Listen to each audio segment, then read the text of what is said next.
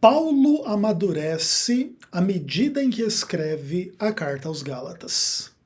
Eu sou Ezequiel Gomes, você está no canal Vem Senhor Jesus e nós hoje continuamos a nossa série de estudos da carta aos Gálatas. Esse vídeo é o penúltimo vídeo onde a gente analisa a obra Paulo, Vida e Pensamento do teólogo luterano Udo Schnelli. E depois do próximo vídeo, que vai ser o último, a gente vai estudar o James Dunn, ou começar as nossas análises da nova perspectiva sobre Paulo, em função aí dessas discussões sobre a carta aos Gálatas, tá bom? E nesse vídeo a gente vai tratar um pouco do background, do amadurecimento de Paulo à medida em que ele se vê obrigado a escrever a carta aos Gálatas, em função aí dos desdobramentos do que está acontecendo lá na Galácia, na igreja primitiva, à medida em que Paulo prega o evangelho inicialmente aos Gálatas, e agora eles são, de alguma maneira, atacados por cristãos de origem judaica, com um entendimento diferente do entendimento paulino, que obriga Paulo a escrever Gálatas para, de alguma maneira, se contrapor aos seus inimigos teológicos aqui, que são os judeus, os cristãos judaizantes, e aí vai escrever a carta aos Gálatas. Então, quando Paulo se vê obrigado a escrever a carta aos Gálatas, ele acaba tendo que confrontar um monte de questões de forma escrita, que implicam esse processo de amadurecimento, de esclarecimento da parte de Paulo, em função daquilo que ele prega, daquilo que ele crê, e que vai ter implicações muito importantes, né, para a história da igreja cristã, que inclusive a gente discute até hoje no século XXI. Né? Muito interessante. Então aqui nós vamos estudar da página 375 do livrinho do Udo Schnelli, até a página 378, tá bom?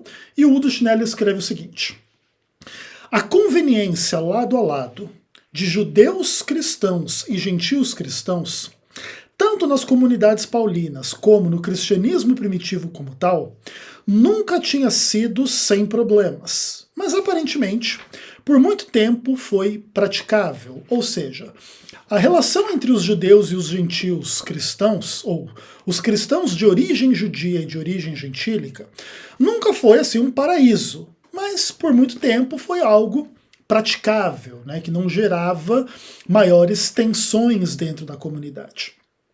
Aí ele continua. Porém, o aparecimento de rígidos missionários judeus cristãos na Galácia fez dessa convivência lado a lado um confronto. Sua exigência da circuncisão também para gentios cristãos obrigou Paulo a deslocar a problemática da lei e da Torá da periferia para o centro da sua teologia. Novas exigências externas desencadearam um processo de compenetração que levou à precisão e formulação mais elaborada da prática da lei. Dessa forma, a doutrina da justificação na carta aos Gálatas é uma resposta a uma nova situação.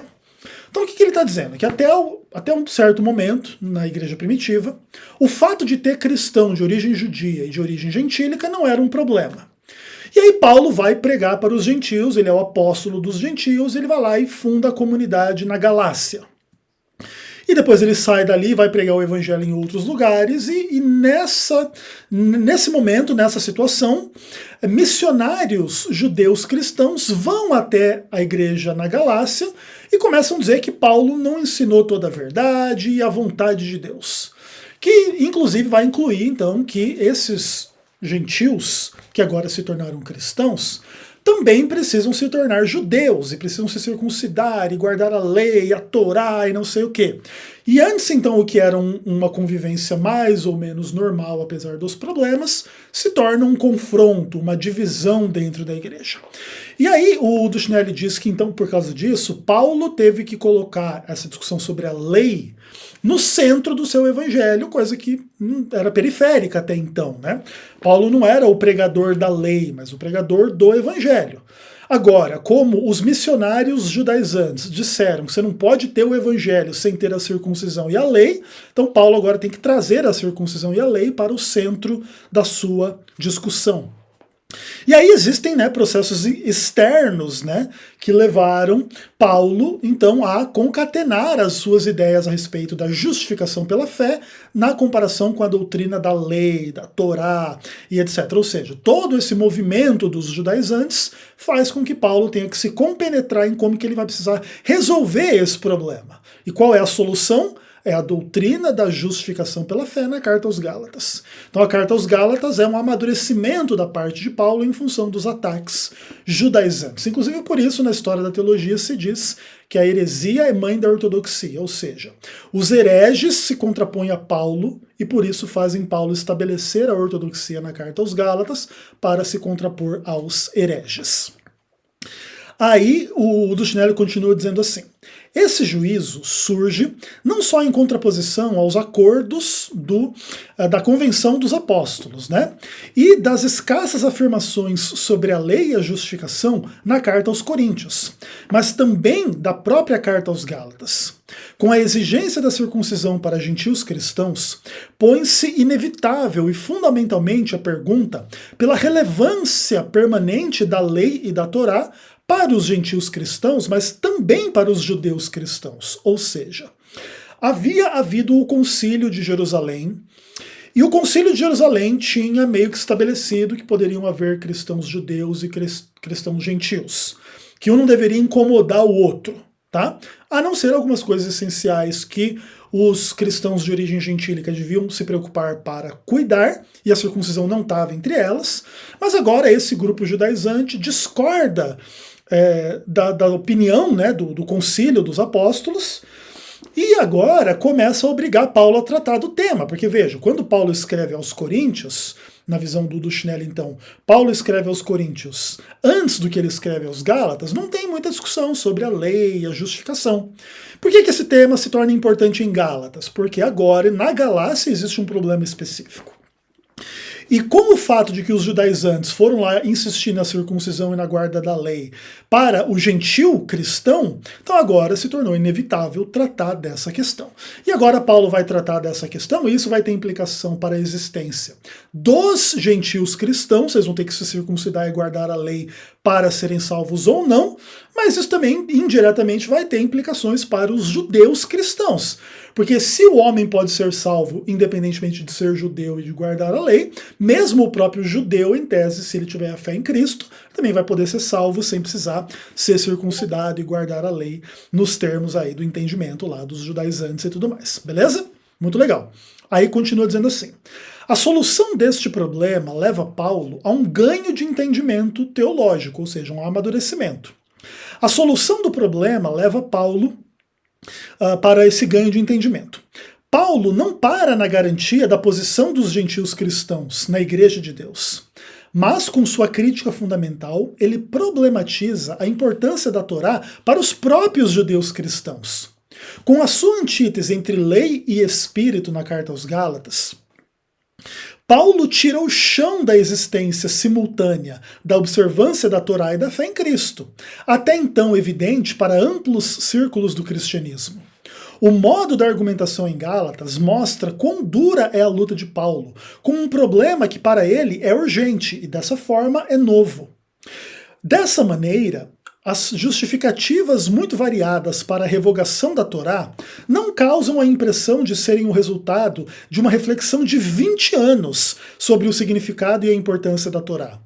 Também as grandes tensões dentro da argumentação de Paulo, compare Gálatas 3 com Gálatas 5, são um claro sinal de que a argumentação do apóstolo está condicionada pela situação. Ou seja, quando o judaizante começa a forçar a barra da circuncisão e da guarda da lei para o cristão de origem gentílica, então Paulo começa a perceber que é urgente tratar da questão, e inclusive ele não passa a impressão de que ele já está pensando a respeito desse tema há 20 anos.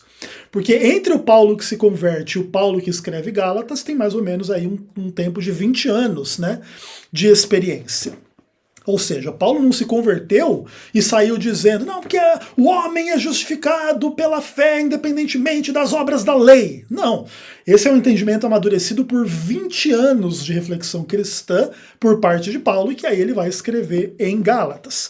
E isso vai ter por implicação, firmar a posição do gentil cristão na igreja, ou seja, o gentil não circuncidado é salvo, é cristão, tá tudo certo com ele, mas inclusive mais cedo ou mais tarde vai voltar contra o próprio judeu, o judaizante, que está achando que ele só pode ser salvo se for circuncidado, e no final das contas não. Se você está em Cristo, você está salvo independentemente de ser circuncidado ou não. Mas uma coisa interessante que o Duchnelli aponta aqui é que existe uma certa tensão entre Gálatas 3 e Gálatas 5, que revela um pouco assim, né, do momento tenso que Paulo estava vivendo ao escrever Gálatas, para endereçar aquele problema específico. Em Gálatas 3, Paulo prega a justificação pela fé, inclusive já começando no capítulo 2, independentemente das obras da lei, mas lá no capítulo 5, Paulo diz que a gente não está sem lei, e que a gente deve guardar a lei de Cristo, e etc e tal, inclusive com a equiparação, aliás, entre Cristo e Deus. A lei de Cristo é a lei de Deus. Então existe uma certa tensão aí na discussão, certo? Seja como for, na visão do Duchnelli, essa tensão ela demonstra que Paulo está argumentando focado na situação específica do que está acontecendo na Galácia. Por isso, diante de algumas nuances, ele responde que a justificação é pela fé independentemente das obras da lei, para se contrapor ao judaizante, mas para se contrapor ao antinomista, ele diz que você não está sem lei, porque você deve seguir a lei de Cristo, amar uns aos outros, os frutos do Espírito, aquela coisa toda, tá? Muito legal, muito interessante. Aí ele diz assim: parece que Paulo tenta, com todas as forças, desfazer a heresia adversária e salvar seu próprio trabalho missionário. Um objetivo em cujo benefício ele tolera polêmicas extraordinárias, nesse confronto que aparentemente foi conduzido também com grandes emoções. Ou seja, Paulo ele sabe que ele está entrando nesse tema, num tema extremamente polêmico, mas ele admite trabalhar nesse terreno, uma vez que ele quer salvar o seu trabalho missionário e dizer que o que ele pregou é legítimo e é correto, e esses judaizantes é que são os hereges da história, tá? Isso inclusive demonstra que Paulo ele levava isso de forma muito pesada em termos emocionais, até isso explica um pouco o tom meio agressivo da carta aos Gálatas em alguns contextos. Aí o Duchnelli continua. Se Paulo tivesse defendido desde o início a doutrina da justificação, conforme ele defende em Gálatas, então os Gálatas a teriam conhecido desde a estada paulina na fundação da igreja, pelo menos em seus traços básicos. Nesse caso, seria ainda mais surpreendente que os Gálatas dessem ouvido à doutrina adversária, e que Paulo responde com uma argumentação que já na primeira vez não conseguiu convencer os Gálatas. A meu ver, um outro modelo explicativo é o mais provável. Em sua estada de fundação, Paulo tematizou o significado e a importância do Antigo Testamento para a fé cristã, mas dificilmente com as distinções agudas e afirmações majoritariamente negativas que ele escreve em Gálatas. Em consequência disso, pode ter se iniciado nas comunidades galacianas um estudo intenso do Antigo Testamento, que aparentemente preparou o chão para a mensagem dos judaizantes. Eles não defendiam simplesmente uma heresia, mas um outro evangelho. Sua mensagem tinha uma atratividade maior do que a pregação paulina na fundação da igreja. Parece que os missionários judaizantes rigorosos conseguiram convencer os Gálatas de que ser filho ou filha de Abraão, e com isso pertencer ao povo de Deus, incluía também a prática da circuncisão, a observância dos tempos culticos e uma abrangente recepção do Antigo Testamento. Paulo reage a essa tentativa de mudança de status para gentil cristão, ao relativizar, por sua vez, o status do judeu cristão ou dos judeus de forma mais ampla. Ou seja, Paulo está lutando com todas as forças para defender aquilo que ele entende ser o evangelho, em contraposição com as heresias dos judaizantes. Então, o que ele faz? Ele tem que acabar corrigindo o que os hereges estão pregando. Aí surge um pouco da dúvida. Mas Paulo já não tinha pregado essas coisas quando foi lá fundar a igreja? Então, aparentemente, Paulo pode ter tocado um pouco nesses temas, mas sem ser muito específico, né? Sem, de forma, vamos pensar assim, mais pesada e negativa, já ter vacinado os Gálatas contra uma possível interpretação judaizante herética. Então, por isso, os Gálatas, eles tinham um pouco da noção de que Jesus era o Filho de Deus, que isso estava calcado em profecias do Antigo Testamento, talvez eles até começaram a estudar o Antigo Testamento, ainda que é muito complicado a gente fazer essa reconstrução histórica, uma vez que a gente não sabe assim, o quão fácil, por exemplo, seria para os Gálatas receberem uma cópia do Antigo Testamento, começar a estudar e entender. Talvez esse processo não fosse assim tão rápido, né? Mas tudo bem, pode ser que tenha acontecido algo desse processo. E quando os judaizantes chegam, então eles chegam já com essa autoridade do Antigo Testamento e tem que se circuncidar e receber o Antigo Testamento de forma ampla para você ser um cristão, né? Senão você não pode ser um cristão. E aí Paulo vai responder com a carta aos Gálatas, que vai firmar a identidade gentil cristã em função da fé e que vai relativizar a posição do judeu cristão ou do judeu que se contrapõe de alguma forma à salvação meramente pela fé em Cristo. Beleza? Muito legal, essa treta é muito interessante e ela está na base assim, de um monte de desenvolvimentos históricos bem importantes na história do cristianismo, tanto na teoria quanto na prática, ou seja, existe um monte de doutrina que é afetada pela forma como você enxergar essa discussão, e também existe um monte de práticas que são, né, estabelecidas a depender do tipo de visão que você estabelecer sobre estas coisas, tá? Que inclusive tem que ver com a relação entre judeus e cristãos até hoje, tá bom? E mesmo entre cristãos, né? O que é o cristianismo verdadeiro? É o cristianismo que rompe definitivamente com o judaísmo, ou é o cristianismo que herda do judaísmo as verdades bíblicas e as pratica de melhor forma, né?